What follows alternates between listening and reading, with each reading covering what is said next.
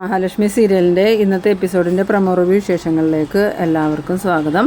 അങ്ങനെ അനന്തുവിൻ്റെ വീട്ടിൽ നിന്ന് മഹാലക്ഷ്മിയുടെ കുഞ്ഞിന് ആ ഒരു ഗുണ്ട വന്ന് തട്ടിക്കൊണ്ട് പോകുന്ന സമയത്ത് സിദ്ധയായ അമ്മ നേരിട്ട് തന്നെ വന്ന് ആ കുഞ്ഞിനെ രക്ഷപ്പെടുത്തുന്ന ഒരു എപ്പിസോഡാണ് ഇന്ന് വരാൻ പോകുന്നത്. എന്തായാലും ഈ പ്രതാപം പറഞ്ഞതിനനുസരിച്ച് ഈ ജാനമ്മ അനന്തുവിൻ്റെ വീട്ടിലേക്ക് പോകാൻ ഒരുങ്ങാണ്. ആ സമയത്ത് ജാനമ്മയുടെ മരുമകൾ പറയുന്നുണ്ട്, അമ്മയ്ക്ക് മറ്റുള്ള കുട്ടികളോടൊന്നും വലിയ സ്നേഹം വേണ്ട, അമ്മയുടെ മോനെക്കുറിച്ച് മാത്രം ചിന്തിച്ചാൽ മതി.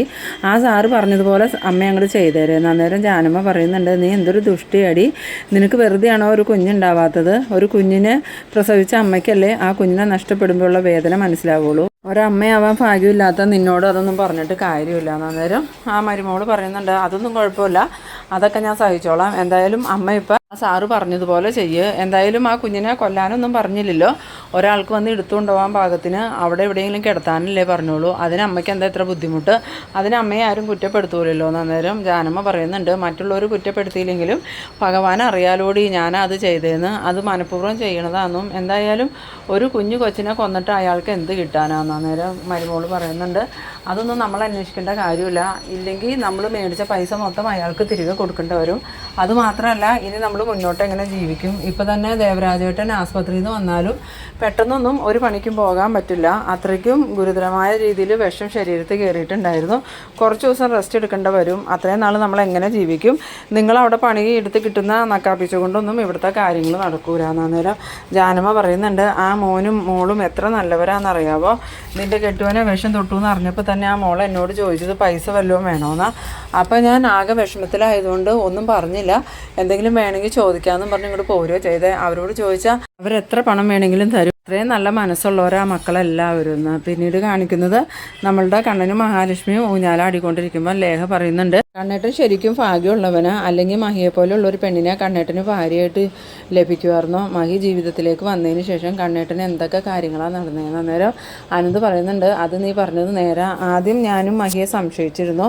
കണ്ണൻ്റെ സ്വത്ത് കണ്ടിട്ട് കണ്ണനെ വിവാഹം കഴിച്ചതായിരിക്കും എന്ന് കരുതി. അന്ന് ആ സാഗറിൻ്റെ കേസ് വന്നപ്പോഴും ഞാൻ മഹിയെ സംശയിക്കുകയോ ചെയ്ത്. അന്നേരം ലേഖ പറയുന്നുണ്ട്, ഞാനും സംശയിച്ചു അനന്തുവേട്ട, പക്ഷേ നമ്മൾ ഉദ്ദേശിക്കണ പോലെ ഒന്നും ആയിരുന്നില്ല എന്ന് പിന്നീട് നമുക്ക് മനസ്സിലായല്ലോ. എന്തായാലും മഹാലക്ഷ്മി കണ്ണൻ്റെ ജീവിതത്തിലേക്ക് വന്നതുകൊണ്ടാണ് കണ്ണേട്ടനിപ്പോൾ എഴുന്നേറ്റ് നടക്കാനെങ്കിലും പറ്റിയത്. ഇല്ലെങ്കിൽ ആ രണ്ടാനമ്മയും അമ്മാവനും ചേർന്ന് വിഷം ചേർത്ത മരുന്ന് കൊടുത്ത് കണ്ണേട്ടനെ കൊന്നു കളഞ്ഞേനെ. അന്നേരം അനന്ത് പറയുന്നുണ്ട്, അത് നീ പറഞ്ഞത് നേരെ.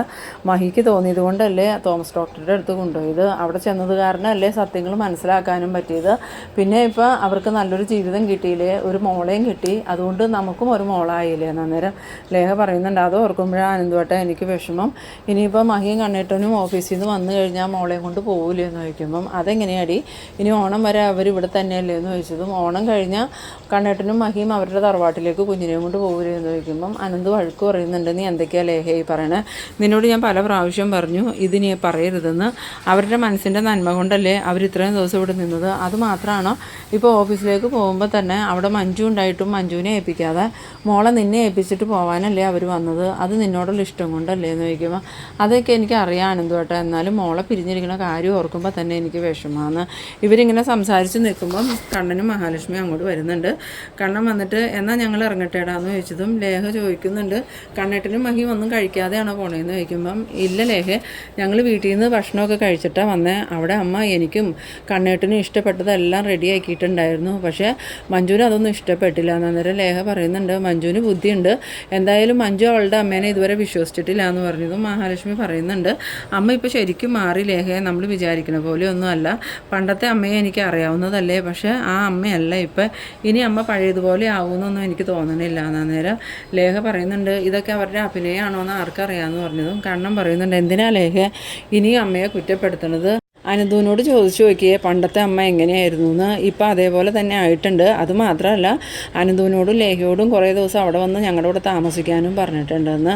അന്നേരം ലേഖ പറയുന്നുണ്ട്, അതൊക്കെ നമുക്ക് ആലോചിക്കാം. എന്തായാലും കണ്ണേട്ടനും മഹി ഇറങ്ങാൻ നോക്കുന്നു. അങ്ങനെ മഹാലക്ഷ്മിയാണെങ്കിൽ കുഞ്ഞിനെ മേടിച്ച് ഉമ്മയൊക്കെ കൊടുത്തിട്ട് ലേഖയുടെ കയ്യിലേക്ക് തിരിച്ചേൽപ്പിക്കുന്നുണ്ട്. എന്നിട്ട് ഞങ്ങൾ പോയിട്ട് വരാം, ഇനിയിപ്പോൾ എന്തായാലും നിങ്ങൾ രണ്ടുപേരും കൂടെ കുഞ്ഞിനെ നോക്കിക്കോ. അതുമാത്രമല്ല, ഞങ്ങൾക്ക് ഞങ്ങളുടെ മോളെ കാണണമെന്ന് തോന്നിയാൽ ഇടയ്ക്ക് നിങ്ങൾ കുഞ്ഞിനെയും കൊണ്ട് ഓഫീസിലേക്ക് കണ്ണിന് കുഴപ്പമൊന്നുമില്ല. അന്നേരം ലേഖ പറയുന്നുണ്ട്, അതിനെന്താ കണ്ണേട്ടാ, എപ്പോൾ വേണമെങ്കിലും ഞങ്ങൾ മോളെയും കൊണ്ട് അങ്ങോട്ട് വരാം, അതുമാത്രമല്ല ഇവിടെ തന്നെ ഇരുന്ന് ഞങ്ങൾക്കും ബോറടിക്കുമല്ലോ എന്ന്. അങ്ങനെ കണ്ണനും മഹാലക്ഷ്മി യാത്ര പറഞ്ഞു പോയതും അനന്ത് ചോദിക്കുന്നുണ്ട്, ഇപ്പം നിനക്ക് സന്തോഷമായില്ലേ എന്ന് ചോദിക്കുമ്പോൾ, അനന്തോട്ടെ എനിക്ക് ഒരുപാട് സന്തോഷമായി, ഇനി ഞാൻ മോളുടെ കൂടെ തന്നെ ഇരിക്കും, മോളുടെ അടുത്ത് നിന്ന് എങ്ങോട്ടും പോവില്ല എന്നും പറഞ്ഞ് ഇങ്ങനെ ഇരിക്കുന്ന സമയത്ത് ജാനമ്മ വരുന്നുണ്ട്. ജാനമ്മയെ കണ്ടതും അനന്ത് ചോദിക്കുന്നുണ്ട്, അമ്മയുടെ മോനക്ക് ഇപ്പം എങ്ങനെയുണ്ടെന്ന്. അന്നേരം ജാനമ്മ പറയുന്നുണ്ട്, കുറവുണ്ട് മോനെ, എന്നാലും ICUന്ന് ഇറക്കിയിട്ടൊന്നുമില്ല, കുറച്ച് ദിവസം കൂടി അവിടെ കിടക്കേണ്ടവരും. പിന്നെ എന്തിനാ ജാനമ്മ ഇപ്പം ഇങ്ങോട്ട് വന്നതെന്ന് ചോദിക്കുമ്പം, വെറുതെ വീട്ടിലിരുന്നിട്ട് കാര്യമില്ലല്ലോ, ആസ്പത്രിയിലെ ചിലവൊക്കെ നടക്കണ്ടേന്ന് ചോദിച്ചതും അനന്ത് പറയുന്നുണ്ട്, അതിന് പൈസ എന്തെങ്കിലും വേണമെങ്കിൽ ഞങ്ങളോട് ചോദിച്ചാൽ പോരായിരുന്നോ, കണ്ണനും പറഞ്ഞിട്ടുണ്ടായിരുന്നു പൈസ എന്തെങ്കിലും വേണമെങ്കിൽ കൊടുത്തേക്കാൻ, ജാനമ്മ എന്താ ഒന്നും ചോദിക്കാതിരുന്നതെന്ന് ചോദിക്കുമ്പോൾ, അതൊന്നും അല്ല മക്കളെ, നിങ്ങൾ തരുമെന്നൊക്കെ എനിക്കറിയാം, പക്ഷേ മറ്റുള്ളവരുടെ മുന്നിൽ കൈ നീട്ടണ്ടല്ലോ എന്ന് കരുതി ഞാൻ ചോദിക്കാണ്ടിരുന്ന.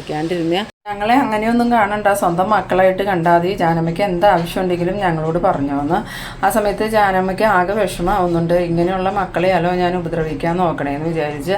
പിന്നീട് ചോദിക്കുന്നുണ്ട്, അവരൊക്കെ എന്ത് ചെയ്യുന്നു ചോദിച്ചതും, മഹി ഓഫീസിൽ പോയി, കുഞ്ഞും ലേഖ അകത്തുണ്ട്, ജാനമ്മ അകത്തേക്ക് ചെല്ലുമെന്ന് പറയണു. അത് കേട്ടതും ജാനമ്മ മനസ്സിൽ വിചാരിക്കുന്നുണ്ട്, അപ്പോൾ ഇന്ന് മഹാലക്ഷ്മി മോൾ ഇവിടെ ഇല്ല, ലേഖമോൾ മാത്രമേ ഉള്ളൂ, അപ്പോൾ കുഞ്ഞിനെ അയാൾക്കൊന്ന് എടുത്തുകൊണ്ട് പോകാൻ എളുപ്പമുണ്ടാവും. എന്നാലും എൻ്റെ ഭഗവാനെ എന്നോട് പൊറുക്കണേ, ഞാൻ ഒരിക്കലും പൊറുക്കാൻ പറ്റാത്ത തെറ്റാ ചെയ്യണത്, ഇത്രയും നല്ല മക്കളെ കരയിപ്പിക്കാനല്ലോ ഞാൻ നോക്കണേ, എന്നോട് പൊറുക്കണേ ഭഗവാനെ, ആ കുഞ്ഞിനൊരു ആപത്തും വരുത്തല്ലേ എന്നൊക്കെ ഇങ്ങനെ പ്രാർത്ഥിച്ചുകൊണ്ട് അകത്തേക്ക് പോകുന്നുണ്ട്.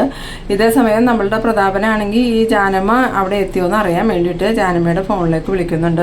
ഫോൺ എടുത്തതും ജാനമ്മ ചോദിക്കുന്നുണ്ട്, എന്താ സാറേ എന്ന് ചോദിച്ചതും, എന്തായി അവിടെ കാര്യങ്ങളൊക്കെ എങ്ങനെയാണ്, ഞാൻ പറഞ്ഞു വിട്ട ആൾ വെളിയിൽ വന്ന് നിൽക്കുന്നുണ്ട്, കുഞ്ഞവിടെ സുരക്ഷിതയാണോ, കുഞ്ഞിനെ എടുത്തുകൊണ്ട് പോകാൻ ഭാഗത്തിന് നിങ്ങൾ കിടത്തിയിട്ടുണ്ടോ എന്ന് ചോദിക്കുമ്പം, ഇല്ല സാറേ ഇപ്പം തന്നെ ഞാൻ കിടത്താം, സാറേ എന്നെ ഇങ്ങനെ പരീക്ഷിക്കല്ലേ എന്ന് പറയുമ്പോൾ, നിങ്ങളെ ഒരു പരീക്ഷണമില്ല, നിങ്ങൾക്ക് ഇതുകൊണ്ട് ഒരു ബുദ്ധിമുട്ടും ഉണ്ടാവില്ല, എത്രയും പെട്ടെന്ന് നിങ്ങൾ കുഞ്ഞിനെ സൗകര്യമായിട്ട് കിടത്താൻ. അങ്ങനെ ജാനമ്മയാണെങ്കിൽ ഈ ലേഹയും കുഞ്ഞും കിടക്കണം മുറി ചെന്ന് നോക്കുമ്പം ലേഹ അവിടെ ഇല്ല, കുഞ്ഞ് ഒറ്റയ്ക്കാണ്. ആ സമയത്ത് ജാനമ്മ കുഞ്ഞിനെ എടുത്ത് ഇങ്ങനെ പുറത്തേക്ക് കൊണ്ടുവരുന്നുണ്ട്. അപ്പോൾ ലേഹ ബാത്റൂമിൽ നിന്ന് ഇറങ്ങി വന്നതും ജാനമ്മ കുഞ്ഞിനെ എങ്ങോട്ട് കൊണ്ടുപോകാന്ന് ചോദിക്കുമ്പം, എപ്പോഴും കുഞ്ഞ് റൂമിൽ തന്നെയല്ലേ മോളെ കിടക്കണേ, കുറച്ച് സമയം ആ ഹോളിൽ കൊണ്ടേ കിടത്താം, കുഞ്ഞിന് കുറച്ച് കാറ്റും വെളിച്ചമൊക്കെ കിട്ടട്ടെ എന്ന് പറഞ്ഞതും ലേഹ പറയുന്നുണ്ട്, എന്നാൽ ജാനമ്മ അവിടെ കൊണ്ടേ കിടത്തിയിട്ട് മോളുടെ അടുത്ത് തന്നെ ഇരിക്കണം, എങ്ങോട്ടും എഴുന്നേറ്റ് പോകരുതട്ടോ എന്ന് പറഞ്ഞതും ജാനമ്മ ശരി മോളേന്നും പറഞ്ഞ് കുഞ്ഞിനെ എടുത്തുകൊണ്ട് ഹാളിലേക്ക് പോകുന്നുണ്ട്.